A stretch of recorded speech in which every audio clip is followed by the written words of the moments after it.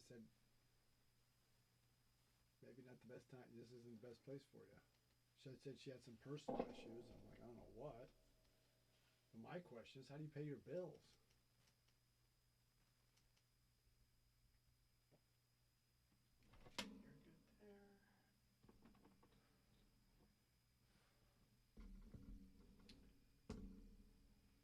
Oh yeah, I gotta go into. I gotta add a topic. Into what? Oops. When you go live, I think you can add in a. I gotta clean these glasses off.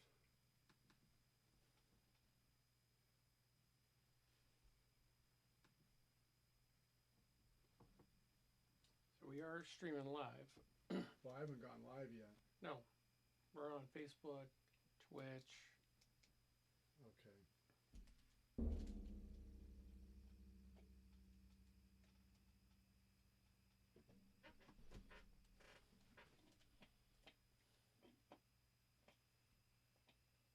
Cool.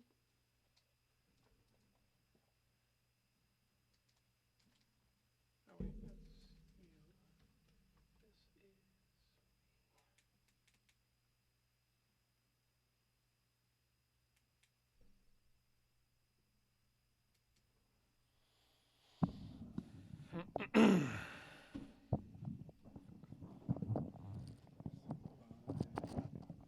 I think he goes to the gym. Oh, let me add a title. That's what I gotta do. I think Jimmy's at the gym right now. That's why. Test. Test. Test. Ooh. Yellow. Talking to your mic. Hold on. Testing 1 2 3. Testing 1 2 3.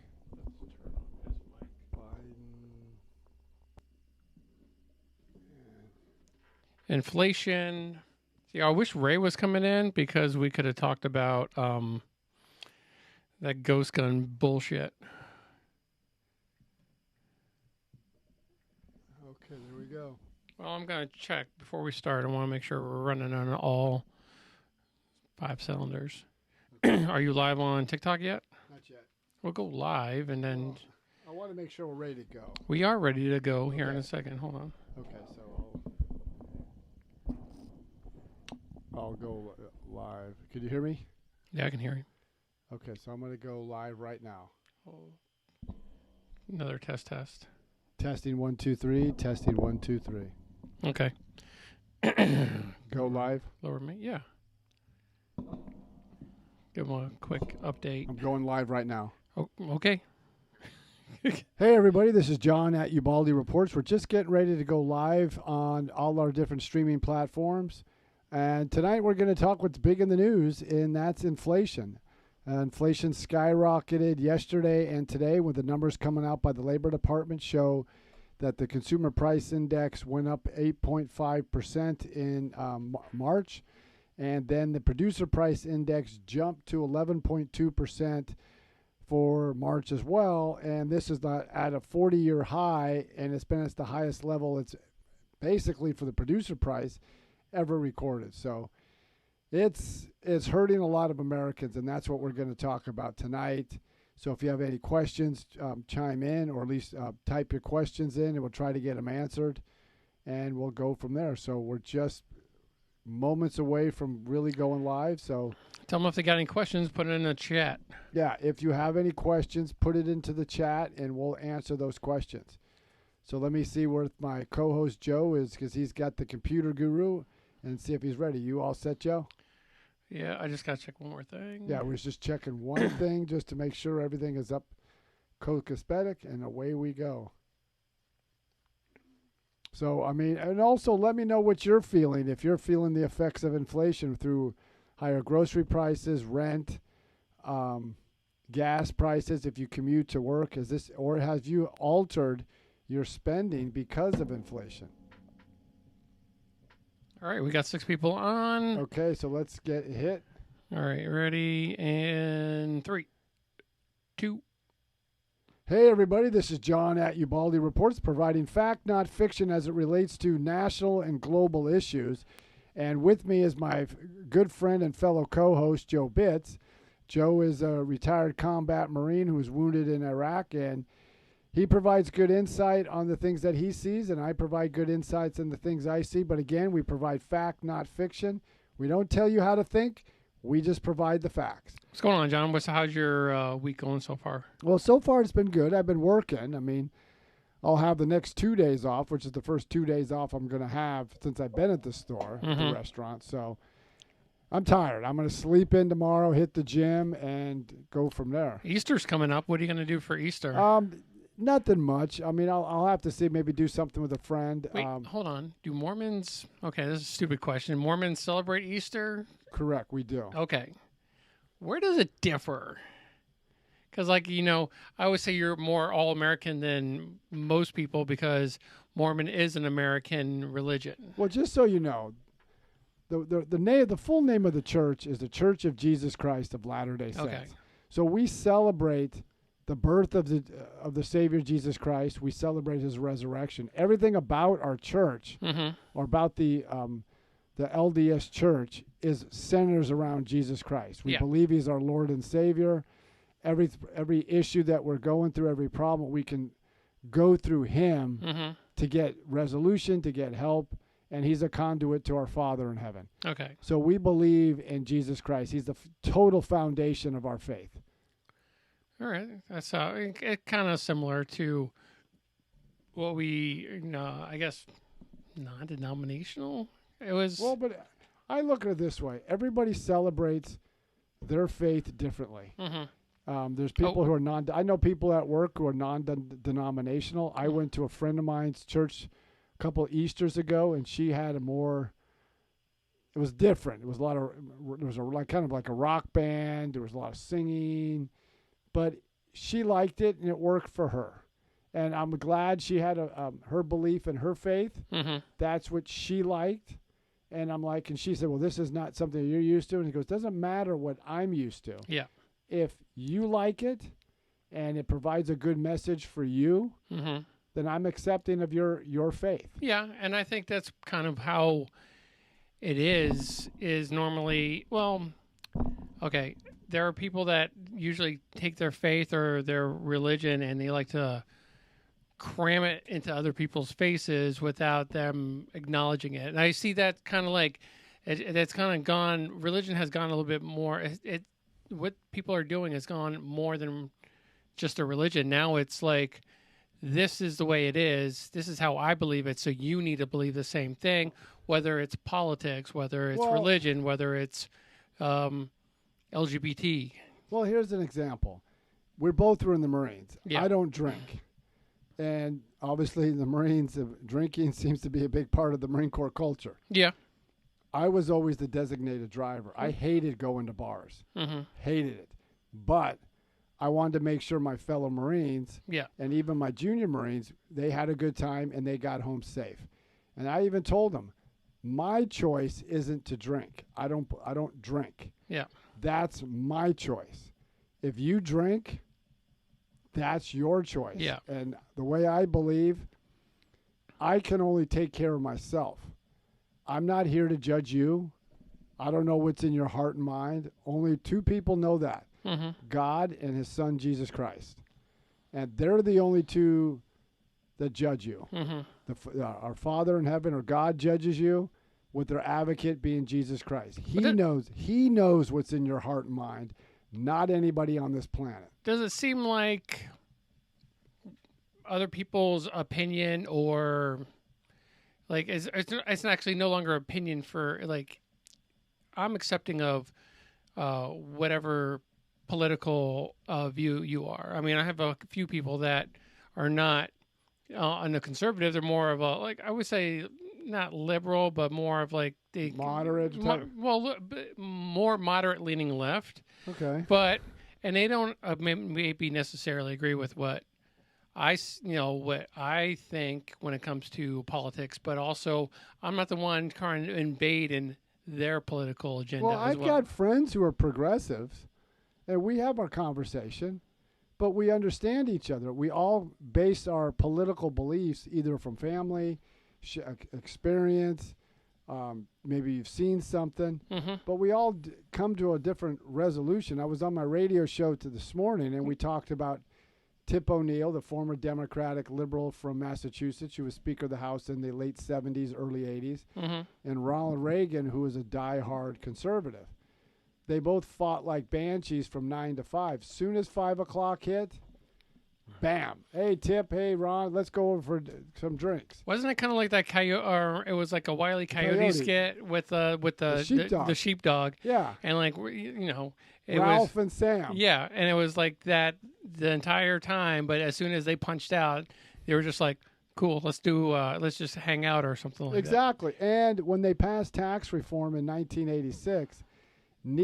Tip O'Neill said we raise taxes. Ronald Reagan said we cut taxes. But neither of them would rain on the other one's parade because they knew they had to give something to their base. Yeah. We don't see that today. So I asked you a question, I think it was sometime late last week, but you did have a great response to it. And I said, when are the Democrats going to realize they effed up? I think it's going to be November the 8th. The reason I said that is because Bill Clinton was a masterful politician with great political instincts. Once he lost the 94 election in the midterms, instead of doubling down on being more progressive, he triangulated to the center, and he co-opted a lot of Republican issues, like welfare reform, crime bill, and everything like that. And he won re-election, and he moved on from there.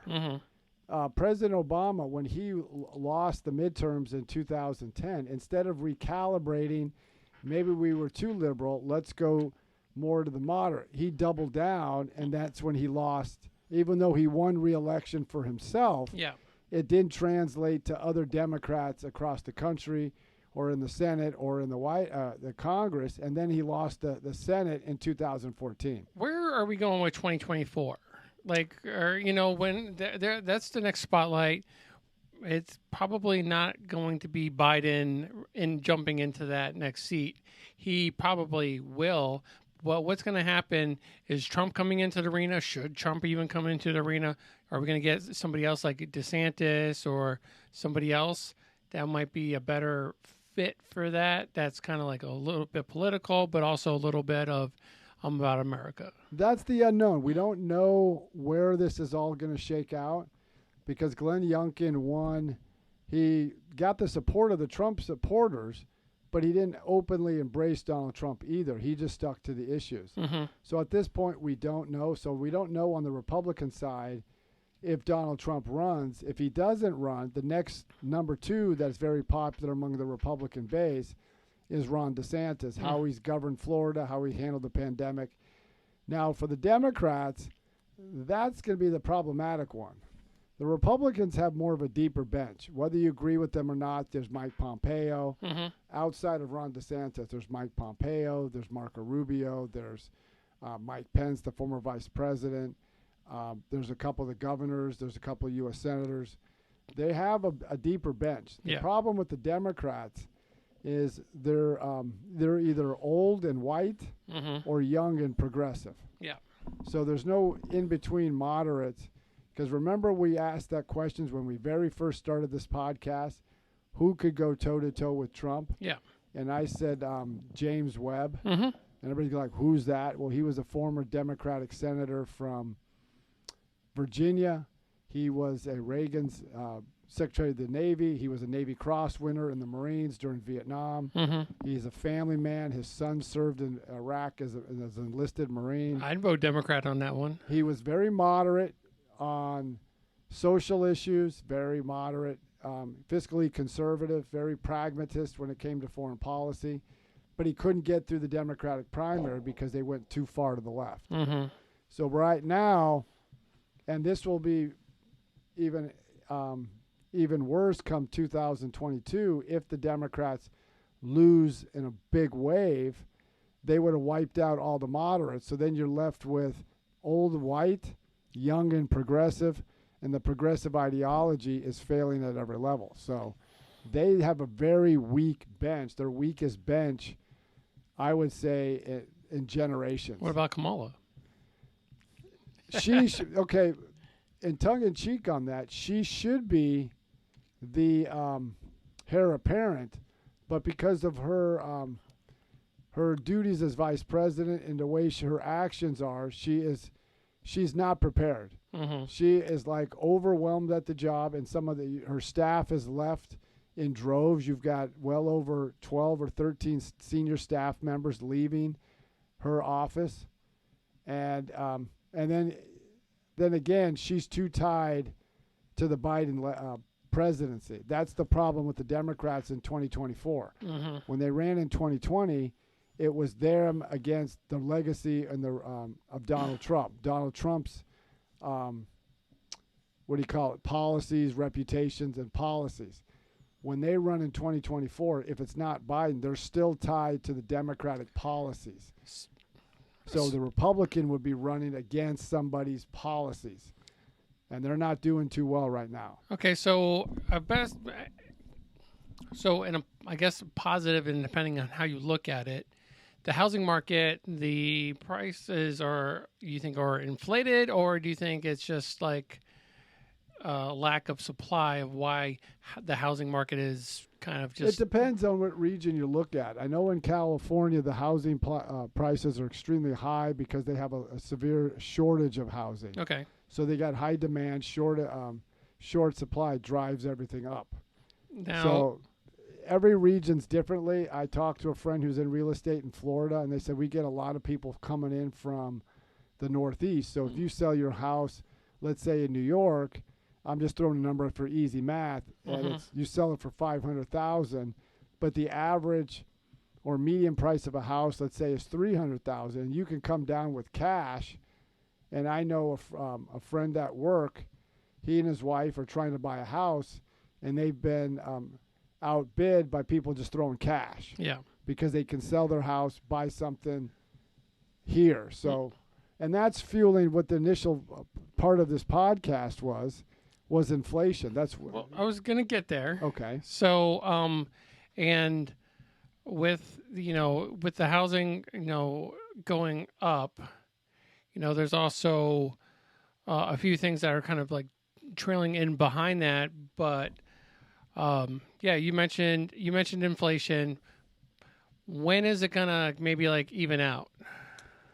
That all depends how the Fed does, because the Fed to curb inflation, they have to raise interest rates. And I listened to some economists, various economic experts today. One of them was, I can't remember his name. I wish I would have remembered it. It was in the Wall Street Journals. I listened to Larry Summers, and I listened to others, and they said the way to stop inflation is you have to raise interest rates above inflation. Okay. So inflation's running around 8% right now through the latest CPI, Consumer Price Index.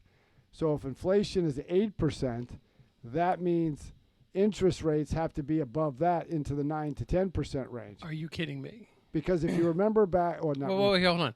You're saying that if inflation is 8%, that the mortgages or loans are going to be upwards up to 10%. Now, to stop inflation, mortgages are going to be a little bit different than regular I think loans. they'll be the same, because if that's a lot. Okay, in the 70s, every time they tried to raise interest rates, it sent us into recession, so they pulled back. Yeah. Paul Volcker was selected as the Fed chair but late in the 1970s under, I think, 78, 79, under Jimmy Carter. And what he did is he said, okay, we got to stop inflation. So he tightened the monetary supply, meaning tighten the belt, raise interest rates. I think interest rates went up into the 21% range. Okay. So that stamped out inflation because there's less money to buy anything. So you're just going to, it just killed inflation. Yeah, so they're looking at interest rates about like 5%, and they're looking at... right now, I think it's like 3% without having to look back. So, but if inflation's at 8%, interest rates are 3%, you got to raise it very rapidly. But by doing that, that means It's cost more to borrow money. It's cost more. Credit cards are going to go up. Interest on the debt, national debt goes up. All this has very negative connotations. So thanks to my wife, I guess, and me just making stupid but good decisions. Like, I guess when it came to like the COVID, I kind of did the Mr. Magoo where I was actually just doing something and it just so happened to be the right choice or the right direction, because like when we refied our house, we refied it at the lowest mortgage rate that they were offering at the time. And then what we did is we got some equity out of it, so we paid off all our credit cards. So then we came up with like zero credit card debt. And, you know, Erin's kind of doing her credit card thing a little bit differently. I'm not even touching mine. And then, you know, time came around where like my vehicle just kind of, it was old, it died. Not as old as yours. You can keep that thing going. But, and I go, and because of, thanks to my credit score, I was able to get a 0% interest on a vehicle I bought. Yeah, see, because of your astute finances, you were able to do that. Yeah. I had no plan, zero planning when it came to that. Okay, but you made the right decision. But inflation, when the Consumer Price Index came out on Tuesday by the Bureau of Labor Statistics out of the Labor Department, went up 8.5%. The producer price is all the goods that go into making a product. That went up 11.2%. The problem is, and I feel it because I'm at the lower end, because I mean, I have business creators struggling, working at a restaurant and everything. Everybody I talk to, gas prices are killing everybody. Yeah. Food prices are killing everybody. Everybody's rent is going up. So everybody's having to recalibrate how they spend their money. But nothing's getting any better. So you're also coming into a little bit of a situation too, because we're in a job market where they're looking for people to work, but yet you kind of fall into this kind of category where, you know, the low level jobs, the only reason why you might get one of those is because they're just like they need people. Yeah, they need people, but also a lot of the time, and you hear the same thing, is like you're overqualified. That's all I get, because who wants to hire someone in their late 50s who's got a master's degree, who's got experience, who's got education, who's got everything that they need, but they don't want to hire you? Yeah. So you're falling into the lower wage, and then they always say, you know, you're way overqualified. Even this latest, I got a potential employment opportunity, and they said the same thing. How long are you going to stay with us? That's always, I get the same. Until the wheels fall off. Yeah, and I'm like, but you need work, you need a job, you need certain things. So, but maybe there's a reason I was in these positions, because I understand what people are going through, because I'm going through it. Well, maybe if you get that 6-figure job, which would be nice, but maybe it just ties you up where you can't do this, what we're doing right now. Maybe another way to look at it is I wouldn't understand what someone's going through.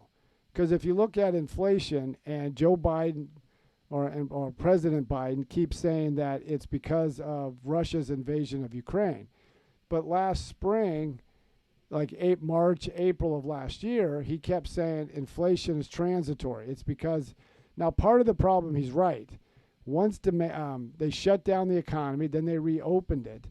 Demand shot up, but supply chain bottleneck, supply chain disruption couldn't keep pace. So is this kind of relation to why inflation is so bad as well? Because there's jobs, but there's not people filling those jobs, so there just kind of leaves a...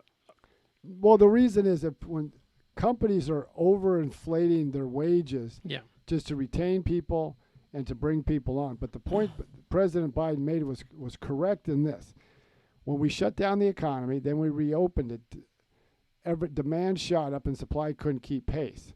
But during 2020, savings rates went up considerably because people had no place to go. Like you guys like to travel to Universal Studios. Mm-hmm. Well, you didn't go to Universal Studios because you couldn't go. So everybody saved money. So when they opened the economy, everybody was ready to spend. That was the stimulus that was needed instead of coming from the government. So One, they did an unnecessary stimulus with President Trump in December of 2020.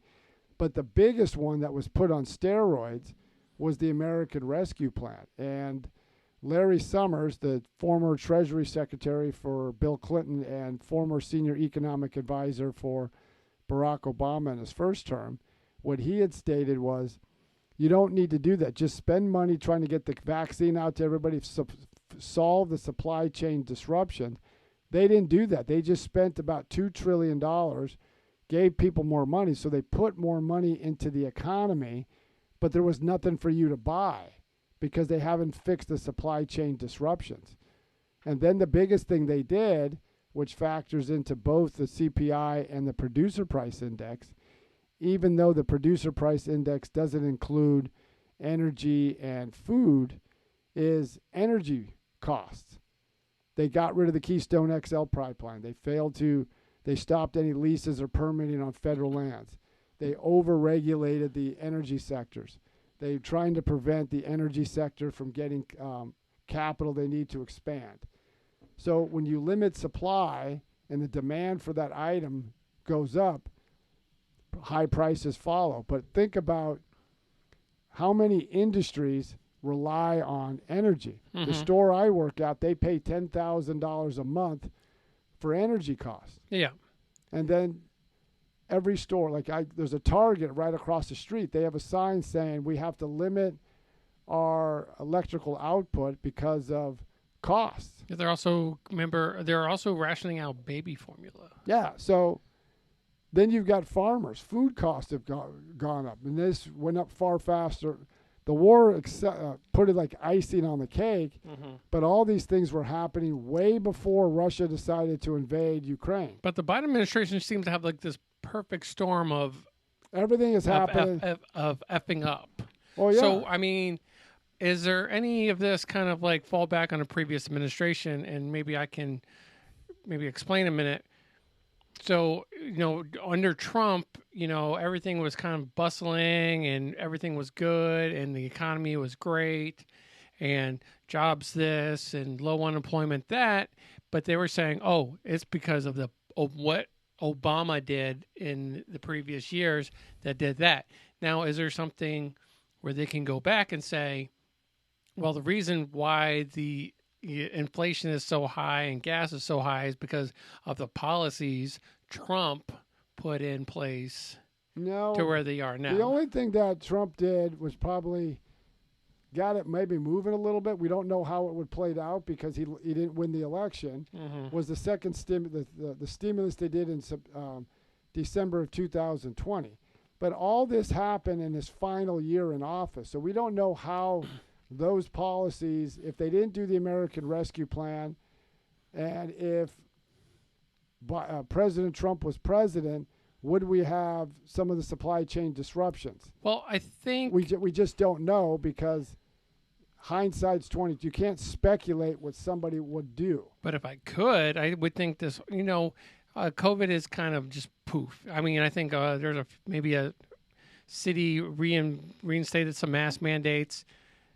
Why, I don't know, but it almost seems like it's gone. So I think where we are now was where we would have been in the beginning of 2021. Now, the only difference that I could suspect when it came to just the supply chain disruption is Trump understood the market. He understood currency devaluation, current monetary policy, fiscal policy, because he was a billionaire. He owned a corporation, did things in many countries. Mm-hmm. So he understood all these things. So Joe Biden has been a senator since 1973. I was a third grade. So he spent his whole career in government. Everything was paid for. He didn't have to worry about anything. Many of his administration, they cut their teeth in either academia or government. I don't think there's anybody that ran a business. Janet Yellen is Treasury Secretary. She's never run a business. Many of his economic advisors have never run a business. Even his senior economic advisor was, when they were talking about on Tuesday with the CPI jumping up 8.5%, he was talking about we just need more government spending. Well, maybe we can go into CPI a little bit. What is the CPI? Because it's like kind of it's Consumer Price Index Okay. that discusses that that hits every price in America, every product, gas, food, everything. And they've seen everything has gone up considerably. Food costs, bacon, pork, meat, eggs, used car, new car, everything is touched has gone up. That factors in. The Producer Price Index, like I said earlier, these are all the items and product that go into making something, Yeah. like copper wiring, steel, aluminum, but everything has gone up, and they're going to continue to go up, and food costs are going to continue to rise. So the point I'm making is Joe Biden and the Democrats, a lot of Democrats, have spent their whole life in government. The last Democrat who ran for president, who ran a business, was Jimmy Carter, and he was a farmer. Yeah, peanut farmer. But Joe Biden has never done any of that stuff. He talks like I'm one of you because he was born in Scranton until he was 8 or 9, but he spent his whole life in Delaware. His family was pretty affluent. Yeah. So going back to my situation, I understand what people are going through because I'm going through that. I'm living with a friend of mine, staying at his place just so I can save some money, get my own place. Yeah. I deal with, when I was applying for jobs, I got to look for jobs that are fairly close so it's not going to cost me a lot of money in gas. When it comes to looking for an apartment, I have to look what the price is going. And I know South Tampa is expensive, but now I'm being forced to maybe go outside where I really want to live. But then you can't go too far because you got to commute in. Yeah. So then when you go get food, I went shopping, let's see, Saturday, and I bought maybe 9-10 items, and it was like $60. Yeah. And before that, those items would have cost me less. So that maybe gives me more insight to what the worker person is feeling, where Joe Biden doesn't understand that, because prior to him becoming president, he was a private citizen. He was a professor making a high 6-figure salary. Yeah. Then he was vice president for 8 years, and then 36 years as a U.S. senator, where his transportation's paid for, his home is paid for, he gets a stipend, he gets all this stuff. So I don't think and then his administration has never lived the life. It's like when Pete Buttigieg, the Secretary of Transportation, says, well, if you want to not to pay a high gas price, just buy an electric car. Well, an electric car costs between an average $50,000. If you get a $7,000 rebate, you're around $43,000. Who can afford a $43,000 car? No. And then kind of like, so, but I mean, all these things are playing in, and I think and Republicans are just as guilty. There's like Paul Ryan, when he was Speaker of the House, he was a congressman for about 20 plus years, so he graduates college, law school, maybe tools around for a year, then he ran for Congress and won. So he doesn't understand what it's like. I would bet you many members of Washington, they don't shop at Target, Walmart, Winn-Dixie, or any discount or the dollars. They don't shop at these places. So what I was going to say is, like, also from your perspective, you have your shit together when it comes to, you probably have a budget, you probably have some kind of money and savings, you probably have some kind of, you take care of bills. You say like the biggest thing that's affecting you is credit cards, but you seem to be very organized and probably disciplined in what you don't eat that much. You have a small budget when it comes to like food and stuff like that. Now that's you. Okay. Now let's look into a family of, say, 4, on average, and then you have 2 working people. They're probably barely getting by, especially if they're both living off $15 an hour. Not everybody is as, like, I fell into the post office. I happen to be making a very decent living doing that, but it's only by, it was never by design. Correct. And, and it just, my retirement kicks in, or like my disability or whatever you want to call it. So that's kind of like a good cushion for me. But I don't have my crap together. You do. Well, to a degree. I mean, But what I'm saying is, you have a family that might not, and then that family's probably swimming in debt. They probably are not being able to maybe properly afford the gas prices or keep the bills on. Well, yeah, because if you're a family and you're struggling, it's not like I have my act together. I'm still paying this credit card debt off. I got to manage what I spend. I can't eat. I don't eat out. I really want. Okay, but you're there by default, though. Yeah, but as a family, there's a lot of families. I don't want to get the impression that we're saying it's their fault. But if you're making $15, $20 an hour, in a normal time, that would be good money. Yeah. But in this time, that doesn't get paid. It's very tight paying the bills. But now they say that a family is now paying up to $500 more a month. And $5,000 something a year. Yeah. Now the administration has to see this. What are they going to do about it? Well, but see, I don't think they see it. And the reason I don't think they see it, because they keep blaming Putin, because if you've never felt it, I felt it when I remember as a little kid in the 70s. I don't really remember everything, but I remember it was tight. And we had to give money to our parents. Mm-hmm. So we worked yard jobs. I worked at McDonald's as many hours as I could as a kid. Yeah. When I was in high school, that money went into the family budget. Then when my older brother and me joined the military, we sent allotments home to help our parents out. Yeah, because you're a great son. Okay, but then fast forward to today, we're right back at where we were back then. Mm-hmm. So a lot of these families are struggling because, think about it, 3 years ago or prior to 2021, inflation wasn't a problem. Mm-hmm. So $15, $20 an hour was good money to get by on. So who is going to tell the president or that Biden administration that, hey, this is what's really going on? Oh, you need to open your eyes. Or is nobody going to do that? I don't think he has anybody. Because if you look at the staff around him, they don't have the shared experience. Somebody's got to see this stuff going on. But a lot of times, if you get into that level of the presidency, sometimes you're in a bubble. Mm-hmm. When you go anywhere, someone drives you. You got Secret Service. Now, when President Biden was a senator, if he went anywhere, someone drove him. Someone paid for his train. He didn't have to pay for anything. He had a budget. I see that, but someone's got to be up in his ear saying, hey, Mr. President, the economy is not doing that great. This is what's going on with the GDP. This is what's going on with inflation. This is what's going on with interest rates. This is what's going on. Remember, Joe Biden has campaigned as a moderate, but he's governing as a progressive. So the progressives have his ear. And every progressive candidate or political leader like Bernie Sanders, Elizabeth Warren, the Squad, all of them have government experience. Yeah.